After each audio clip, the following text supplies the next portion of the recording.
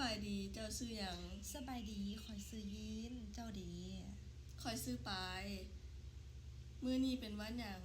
มื้อนี้เป็นวันที่มื้อนี้เป็นวันที่เท่าใดมื้อนี้เป็นวันที่28เดือนกันยาอ้าวมื้อนี้ก็ใกล้สิ้นเดือนแล้วบ่แม่นแล้วอีกบ่ดนก็จะเข้าเดือนตุลาเดือนตุลาเจ้ามีวันเกิดบ่มีวันเกิดของข่อยวันที่3เจ้าเดีเดือนตุลาเจ้ามีวันเกิดบ่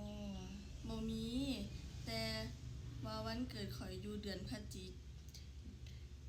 ดีเด้แล้วเจ้าเกิดปีใดข้อยเกิดปีคศ2005เอาก็คล้ายกับข่อยเพราะข่อยเกิดปีคศ2005คือกัน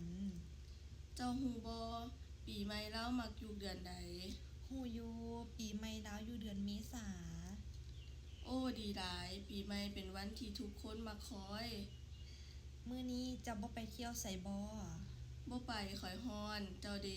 ไปอยู่ข้อยสิไปแกงเรื่องจานแล้วข้อยถามเมียอยู่เฮาไว้พบกันใหม่โชค